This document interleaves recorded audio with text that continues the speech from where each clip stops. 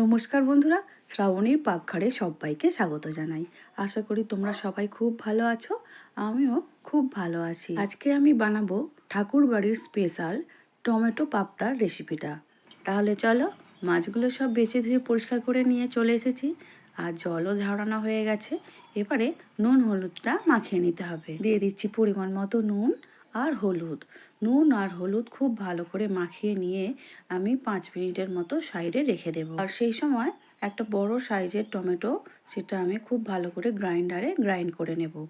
তার জন্য ছোট মিক্সিং জারটা নিয়েছি, তার মধ্যে কেটে রাখা টমেটো কুচি দিয়ে দিলাম। দেওয়ার পরে ফাইন একটা পেস্ট আমি বানিয়ে নিয়ে ফিরে এলাম। এবার মাছগুলো ভেজে নিতে হবে, সেই জন্য কড়া বসিয়ে দিলাম।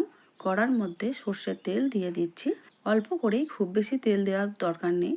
যে তেলটা দিয়েছি, তেলটা খুব ভালো করে কড়ার চারিদিকে একটু মিশিয়ে নিলাম। তারপরে আলতো আলতো করে মাছগুলো তেলের মধ্যে দিয়ে দিচ্ছি। আর তোমরা তো জানোই পাবদা মাছ খুব নরম মাছ, সেই জন্য খুব তাড়াহুড়ো করে আর ডিপ ফ্রাই করে ভাজার কোনো প্রয়োজন পড়ে না। আমি এইভাবেই হালকা করেই ভেজে নিই। আর দেখতেই পাচ্ছ কিভাবে ভেজেছি। একটা একটা করে ভাজা হয়ে যাচ্ছে, সেই ভাজা মাছগুলোকে কড়া থেকে তুলে নিচ্ছি একটা প্লেটের মধ্যে।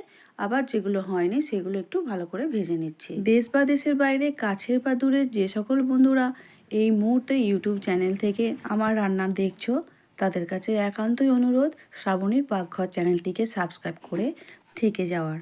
আর পাশে থাকা বেল আইকনটা অবশ্যই প্রেস করে দিও, তাতে করে যখনই আমি নতুন রান্না ছাড়বো সবার আগে তোমাদের কাছেই পৌঁছে যাব।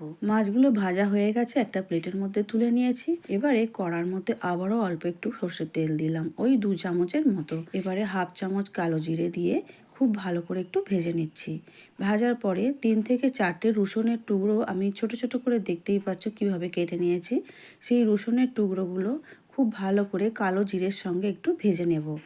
আর এবারে একটা ছোট সাইজের টমেটো টুকরো টুকরো করে কেটে রেখেছিলাম, সেই ছোট ছোট টুকরো করা টমেটোগুলো আমি রসুন আর কালো জিরের ওপরে দিয়ে দিলাম। আর ছোট ছোট কেটে রাখা টমেটোগুলো যাতে তাড়াতাড়ি নরম হয়ে যায়, সেই জন্য নুনটা আমি এখানে দিয়ে দিলাম। নুন দেওয়ার পরে খুব ভালো করে নাড়াচাড়া করতে করতে খুন্তির সাহায্যে দেখবে টমেটোগুলো খুব তাড়াতাড়ি গলে গেছে। আমারও এখানে টমেটোগুলো খুব তাড়াতাড়ি ম্যাশ হয়ে গেছে। এবারে এর মধ্যে দিয়ে দেব যে টমেটো বেটে রেখেছিলাম, সেই টমেটো বাটা 4 চামচের মতো দেব। টমেটো বাটা দেওয়ার পরে আবারও খুব ভালো করে তেলের সঙ্গে মিশিয়ে নিচ্ছি, আবারও একটু ভেজে নিচ্ছি। খুব ভালো করে টমেটো বাটা কিন্তু ভেজে নিতে হবে, নাহলে তো একটা গন্ধ থেকে যায়। ভাজতে ভাজতে দেখবে তেলটা ছেড়ে বেরিয়ে আসছে, তখনই কিন্তু আর ভাজার প্রয়োজন নেই। সেই সময় দিয়ে দেব পরিমাণ মতো হাফ চামচ হলুদ গুঁড়ো আর 1 চামচের মতো লঙ্কা গুঁড়ো দিয়ে খুব ভালো করে আবারও একটু মিশিয়ে নিচ্ছি। এবারে দিয়ে দেব পরিমাণ মতো জল।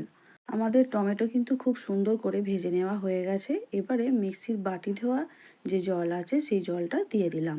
আর বেশি জলের খুব একটা দরকার নেই, মশলাটা খুব ভালো করে জলের সঙ্গে মিশিয়ে নিলাম। 2টো কাঁচা লঙ্কা এখানে দিয়ে দেব, ভালো গন্ধটাও হবে। আর যদি একটু ঝাল ঝাল পেউ পছন্দ করো, তাহলে তো আরও 2টো কাঁচা লঙ্কা বাড়িয়ে দিতে পারো।